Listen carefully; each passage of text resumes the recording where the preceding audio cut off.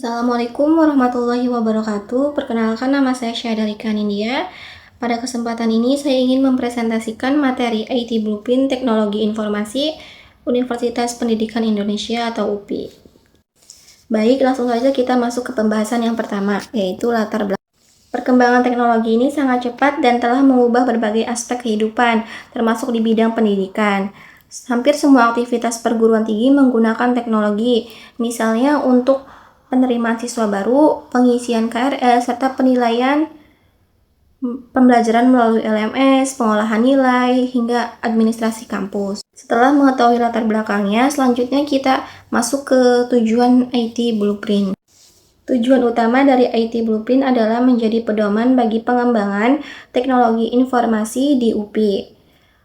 Dengan adanya pedoman ini, setiap pengembangan sistem memiliki arah yang jelas sesuai dengan kebutuhan universitas. Selain itu, IT Blueprint juga bertujuan meningkatkan kualitas layanan akademik maupun administrasi, serta mengoptimalkan penggunaan sumber daya, teknologi informasi, serta mendukung transformasi digital sehingga UPI mampu mengikuti perkembangan dan teknologi di masa depan.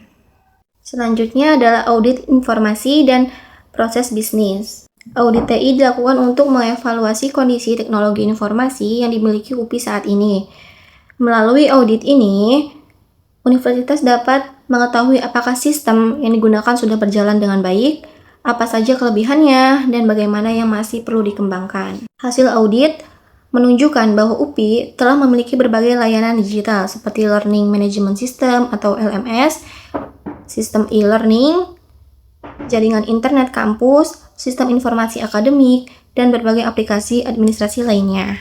Selain itu, teknologi informasi juga mendukung berbagai proses bisnis, seperti kegiatan akademik, penelitian, pengabdian kepada masyarakat, administrasi, kepegawaian, hingga pengelolaan keuangan. Berikutnya ada arsitektur informasi dan aplikasi. Arsitektur informasi berfungsi mengatur bagaimana data dikelola agar tersimpan secara terpusat, mudah diakses, dan tetap konsisten. Dengan pengelolaan data yang baik, risiko terjadinya duplikasi data dapat dikurangi. Sedangkan arsitektur aplikasi bertujuan untuk menghubungkan seluruh aplikasi yang digunakan di lingkungan UPI agar dapat saling bertukar informasi. UPI juga menggunakan konsep Service Oriented Architecture atau SOA, yaitu konsep yang memungkinkan berbagai aplikasi saling terintegrasi. Sebagai contoh, ketika data mahasiswa diperbarui pada sistem akademik, data tersebut juga dapat dilihat atau digunakan oleh sistem lain tanpa harus diinput ulang. Hal ini membuat proses kerja menjadi lebih efisien dan pelayanan menjadi lebih baik dan cepat. Selanjutnya adalah infrastruktur dan keamanan. Infrastruktur merupakan fondasi utama dalam menjalankan suatu sistem informasi di UPI. Infrastruktur tersebut meliputi server, jaringan database, dan pusat data yang digunakan untuk menyimpan seluruh informasi kampus. Selain itu, keamanan informasi juga menjadi aspek yang sangat penting, karena UPI menyimpan banyak data penting seperti data mahasiswa, dosen, pegawai, hingga data akademik. Untuk menjaga keamanan tersebut, UPI menerapkan berbagai langkah seperti penggunaan firewall, backup data secara berkala, pengaturan hak akses, penggunaan serta perlindungan terhadap keamanan cyber. Dengan demikian, data kampus tetap aman dan layanan dapat berjalan secara stabil.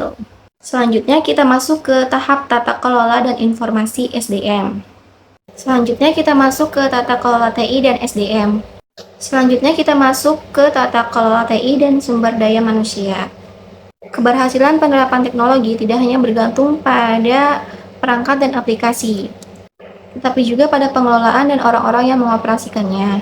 Di UPI terdapat CIO yang bertugas menyusun strategi, mengawasi, dan memastikan pengembangan teknologi informasi berjalan sesuai dengan tujuan universitas. Bagian terakhir adalah roadmap pengembangan teknologi informasi. Roadmap merupakan rencana pengembangan yang dilakukan secara bertahap. Pada jangka pendek, fokus utama adalah integrasi sistem informasi dan peningkatan infrastruktur. Selanjutnya pada jangka menengah, dilakukan pengembangan aplikasi, peningkatan keamanan sistem, dan optimalisasi layanan digital. Sedangkan pada jangka panjang, UPI menargetkan terwujudnya Smart Campus yang memanfaatkan teknologi seperti artificial intelligence atau AI, dan big data untuk mendukung pengorganisasian, untuk mendukung pengambilan keputusan serta meningkatkan kualitas layanan kampus. Sebagai kesimpulannya, IT Blueprint merupakan pedoman strategis yang membantu UPI mengembangkan teknologi informasi secara teratur, terintegrasi, aman, dan berkelanjutan. Dengan adanya IT kampus, dengan adanya IT Blueprint, diharapkan seluruh layanan, akademik maupun administrasi menjadi lebih efektif dan efisien serta mampu mendukung transformasi digital di lingkungan Universitas Pendidikan Indonesia. Demikian presentasi yang dapat saya sampaikan. Terima kasih atas perhatiannya. Mohon maaf apabila ada kekurangan. Wassalamualaikum warahmatullahi wabarakatuh.